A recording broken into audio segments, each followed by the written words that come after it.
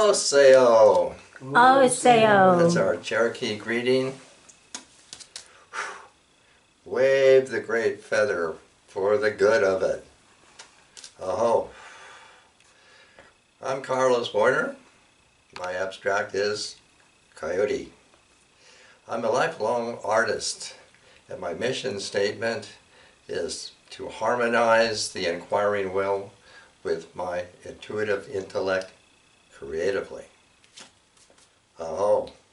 My theme today, I've been going on with the people that live east of San Diego in the Anza Borrego Desert. We know for sure for 8,000 years.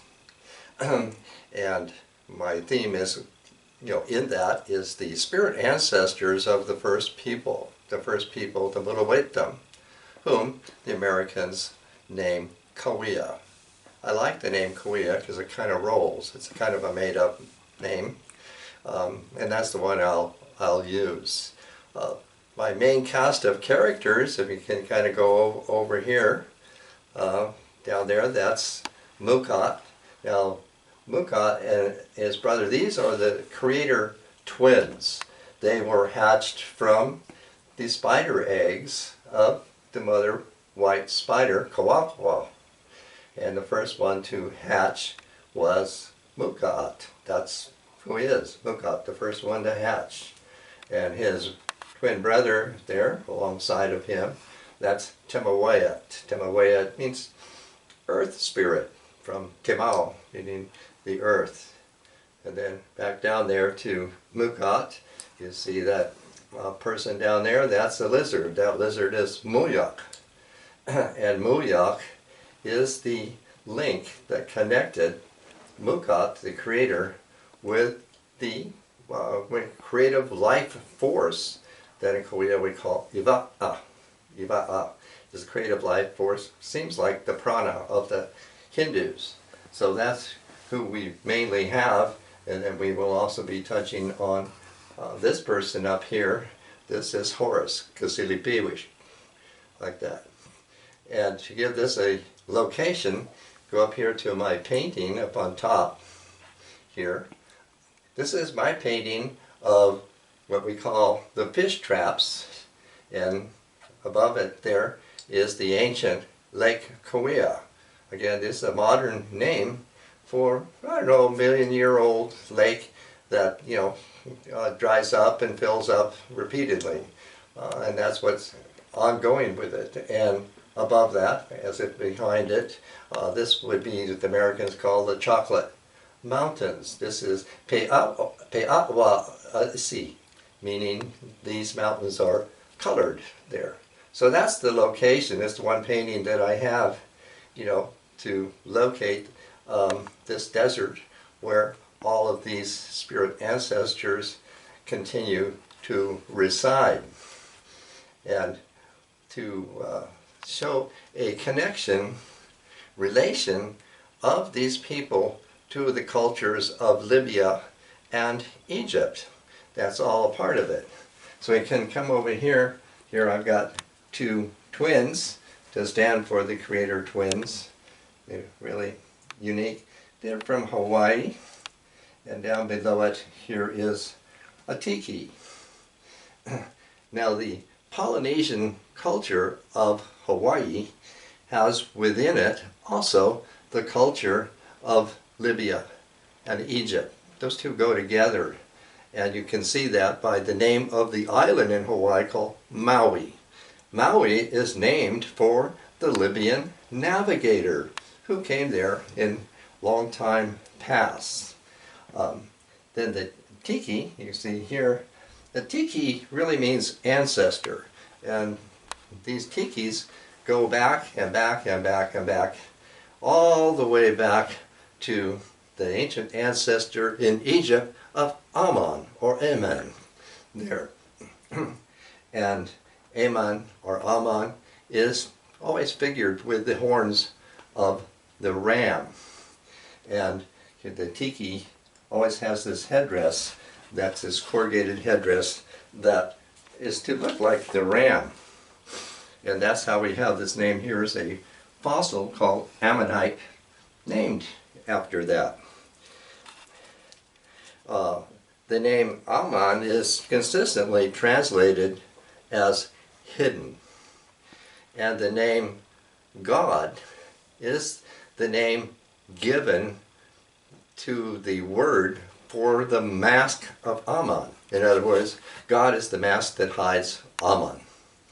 And further, the root or source for Aman is actually a reed. This is a grass reed called reed blowing in the wind that we use for baskets here. It's a grass reed, a rush, called juncus here. I don't know the Egyptian name, but here I have replicated the Egyptian symbol for the grass reed that is called sake. And here that rush is called in the kuya, saili. Saili.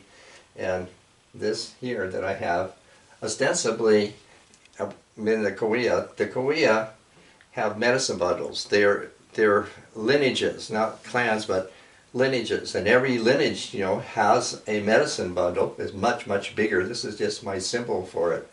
That is woven of the saili, or the juncus grass that holds the sacred ceremonial objects. And every lineage of the Kauai society has this, and a live eagle also for it. So the similarity of the culture in Hawaii having the Egyptian and Libyans within it. And that's just the tip of it. I'm not going through the whole thing. But so they've come across the Pacific. From the other side, we have the people who have stemmed from North Africa all the way over here. Somehow, the language, we call the language family, I guess, that the linguists have given to this language family is called Uto-Aztecan. So all the people speaking the Uto-Aztecan, Uexali is the Kauai name for their own language. All the people in the Southwest, except the people Americans call Navajos or Apache, are speaking a language that has Semitic elements in it. That includes the Yaquis and the Aztecs and so forth. In fact, when the Spanish Catholics, came and took over the Aztec world, they did see, and it's in the record, that the Aztecs were speaking what they called then Hebrew. So all of that. Muyak is very significant for connecting Mukat to this creative life force. So the Egyptian name that became so personified as Aman or Amen, comes from the reed. In other words, first is that short A, and then the Greeks later added the men, M-E-N, to it to say the everlasting reed is what that amounts to. And that's been incorporated into the Christians and Americans, English Americans, to say amen. That's where that comes from. And Muyak, the lizard, he lives within the cane there of Mukat. This figure of Mukat, for me, was inspired by a dream of Mukat. And Mukat seems to like appearing this way. Ever since then, Mukat lives in a thought body.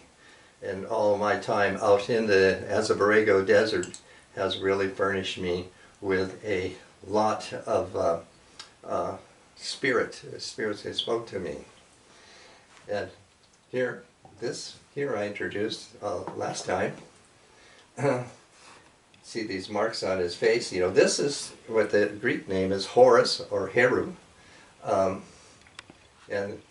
in Korea he's called, Kasilipiwish, meaning hawk his wing feather. And he definitely is Horus, and he definitely has come from the Egyptian Libyan culture into this culture.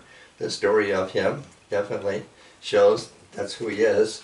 He's always characterized by his long hair, and so even in the story of his appearance as a baby among the Korea, actually saying the women, bathed his long hair. So there you can see this Korea mask of Kasili Pikwik. And down here, you can go down here, here's an Egyptian figure of Horus, as a man with a hawk's head. And then to carry that further, if you go all the way down here, this seems far more explicit. This is a Hopi dance board from 100 years ago, actually, that I've accurately replicated, and it is Horus. I don't know the Hopi name for it, but it's a dance board. It would have a handle on the bottom that the dancer is holding, and you can see the shape of his mouth. That's the Egyptian symbol, actually a letter, for letter R. It's always Ra or Re. So the name of Horus, again, I said that's the Greek name, is just an aspirated R, her or hers. So that makes it very definite. And then there's they call them warrior marks, the two marks there. And he's got the long hair. And this is a board that's like a rain board. Like, in other words, he flies up there with that rain board to the Hopi live in the desert and they want rain for their crops. So that's a rain board. Most interesting is here on top of his head is a little pinnacle of four like split bamboo to make a little pyramid shape. Now the dancer actually also wears this. These are, in the Egyptian myth, they are called the followers of Horus. And they're figured by name, and they also uphold the sky. And so as it's been painted, it also has feathers for the hawk or kestrel. I have a hawk feather here. And also a strand of long red hair. I take it because he also is related or stands for the sun as well. So, in brief, this is just to show that the Egyptian culture, Egyptian Libyan culture, has been here in the southwest of Native America for a long time. Here in the Korea culture, we are giving him that name, Kasili Piwik. Now it's necessary for me to introduce him again to look at this piece I have over here. And the kind of a little story that I have to tell you that goes along with this. For instance, this is a long time ago. But if you're driving out east, you want to go to Borrego Springs, you're going to drive out east to Santa Isabel. And it's a kind of a junction. One goes up the mountain, to Julian. You turn left there, I guess that's kind of north. And you'll turn left there.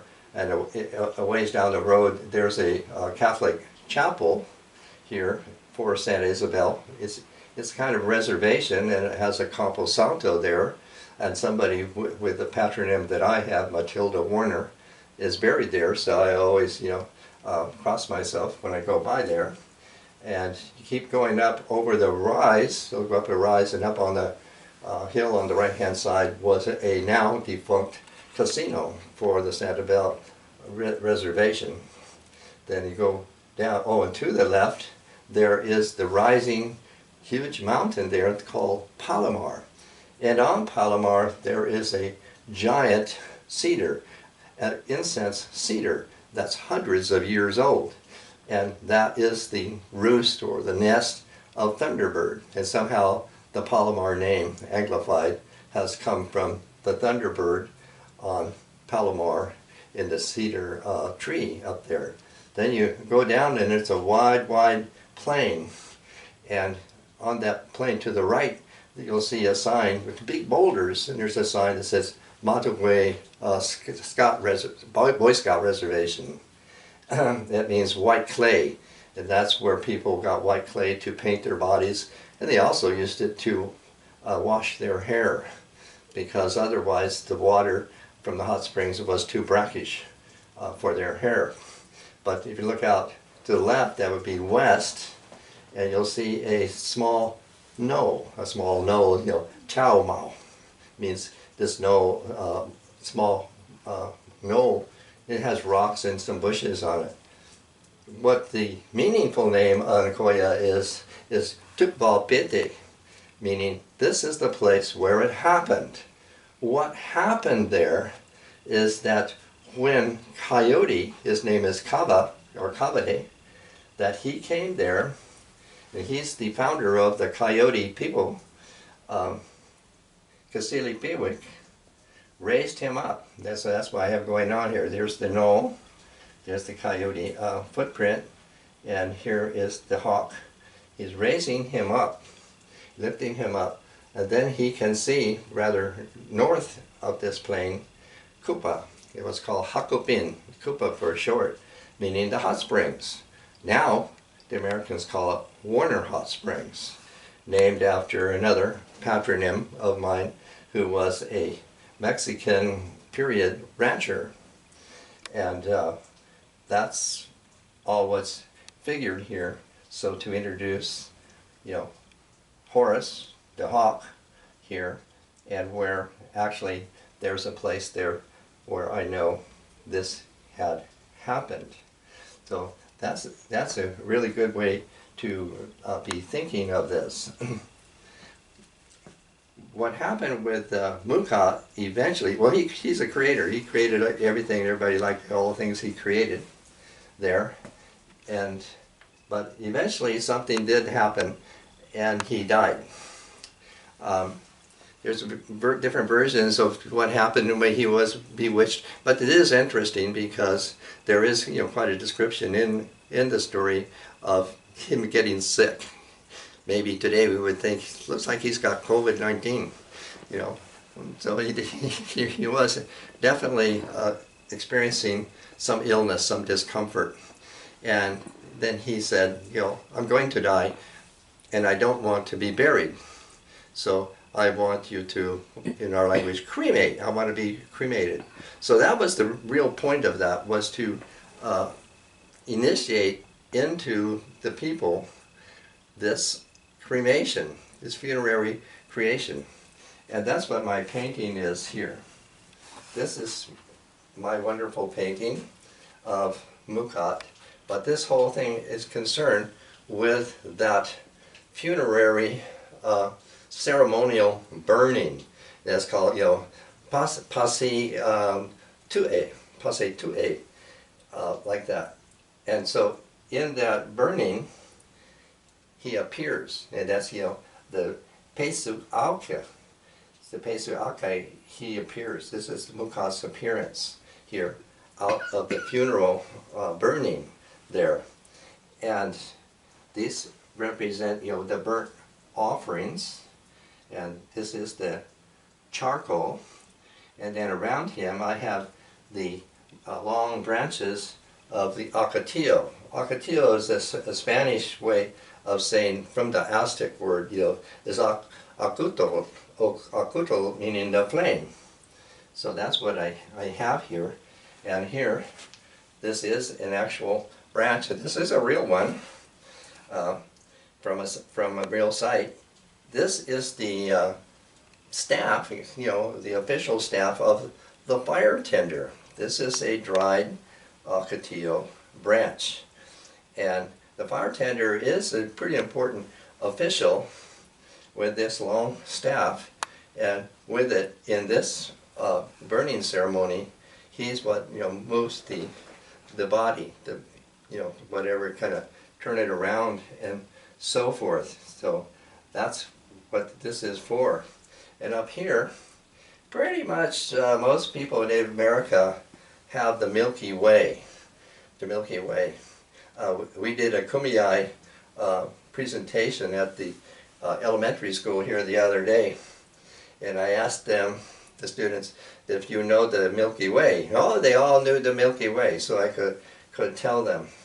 In the language of the culture we're talking about, the name for the Milky Way is also the main name for a headband. And this headband is a string that has eagle down feathers. around it that a man wears in a ceremony. So I translate that this is on a string, and this is a headband of the Milky Way with the eagle. Now, as I had told the students, here you see this pipe. This is a clay Coyote pipe from out here. And to smoke it so the tobacco smoke go up into the sky, and what it does, it shows you the path of the Milky Way. People call it, the Spirit Road. In Cherokee we call it the Wolf Run, because it runs to the star Sirius. That's the home of Mother Wolf here. So that's what all of this is doing here. So all this is, again, this is Mukhat, the bearded ancient person that is in the funerary, and so that's set the tradition for the people to have that way of disposing of the deceased people in their society. But back to what was actually happening this first time, where he was being cremated, Coyote was standing kind of back behind everybody, kind of watching this, and as the story goes, what had not yet burned was the heart of Mukhat. So when it just got to that place, Coyote jumped in there and jumped in the fire, grabbed the heart of Mukhat and ran away with it. In the Kumeyaay version, he eats the heart or swallows the heart. But anyway, Mukhat's heart is in Coyote. And as he ran away, the blood dripped from Mukhat's heart. Now here, right here, this rock has Mukhat's blood on it. And this was the very first instance of me out in Borrego Springs finding this. It was propped up under a bush against the stem, and said, "Hey, psst, come here I am." And here it was really startling to see that this is Mukhat's blood, and here I have Muyak there with it to show all of that. Now a little bit more of the genesis of these people. Kauai is the name I keep using. The way they have it, following the creation, the people, the people went on a journey, an arduous journey, looking for where's the place that we belong, where's the right place for us. And they came back to the desert where they came from. So they came to this place where they had once been, as if it was for the first time. That is significant. And what they found there, and now recognized, were animals, the spirits of animals. And here with the fossil treasures of Borrego, as a Borrego, like this, it shows that this was millions of years ago, full of animals. Now the animals that were there millions of years ago that are still there is the lizard and the coyote, a few others there. So evidently the spirits of these animals then came through to the people. And in the language, these spirits are called the Nukatam.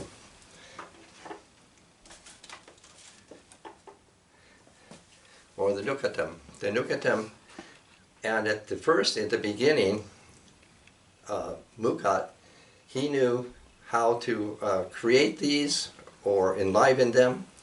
And so in the beginning, the creative life force was very, very potent. It has receded over time, and the spirits, the Nukatam, have more or less receded for the most part.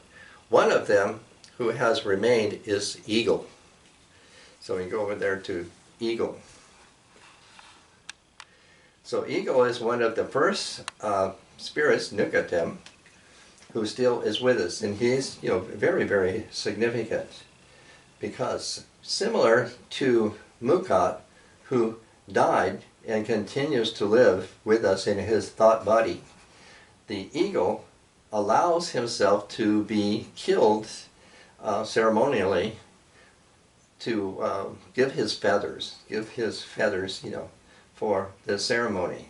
The lesson, what is in it, is that the eagle lives forever. He never dies, so that people can know that there's life after death. This is an Egyptian concept as well. So the eagle is that who lives forever and promises always a life after death that way. The medicine bundle has ceremonial things in it, like the skirt made out of the eagle's feathers are in this. I have actually seen such a skirt out there. So this is, you know, the Juncus reed made for the medicine bundle, the masuit, out of this reed here. And again, that the name of Ammon, that means hidden, and the name God is the word, you know, given to the mask. This is the mask that hides Ammon. Dot, dot, dot, dot, dot. There. And now to this person here. This is an amazing sculpture of Temohuet. You know, the twinness of him is indicated. He's wearing, you know, a collar with two leaves, you know, that figures in this, and he's standing on a twin-headed reptile here, that way.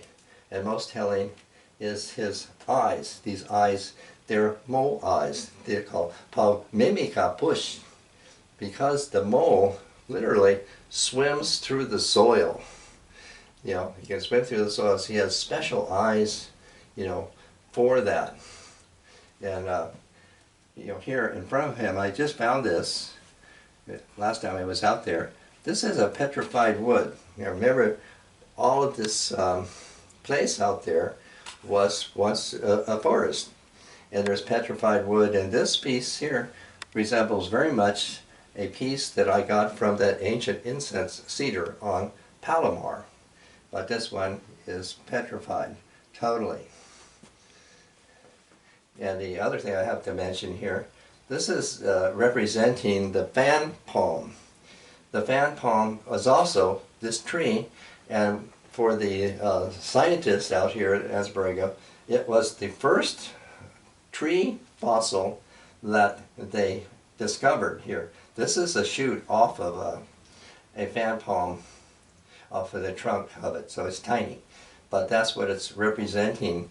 It is also one of the first beings that still is with us, because, you know, the scientists found from the fossils it is identical to the fan palm that still lives out there in the desert, and that wherever these groves grew, the people, the Kuya, all the way across the border, continue to inhabit and also make baskets, you know, from these things. And another thing, while I'm still here, go down here, this is a very old pot from Borrego Springs. Somebody found there, and it has painted on it. The rim is painted, and these volutes resembling the horns of the Borrego, like that. Now the Hopi have a word, wimi. Wimi means these ancient things, and especially things that have been in a ceremony. This is not a usual shape for, you know, cooking or anything. So I used it for burning incense. Maybe that's what it was used for. But it, in the sense of the word, wimi has occult powers. It's sort of similar to the Japanese word sabi. It has a similar connotation. So we definitely have that in there for this. Now, back to Temohuet, he and Mukat had different views of how things should be.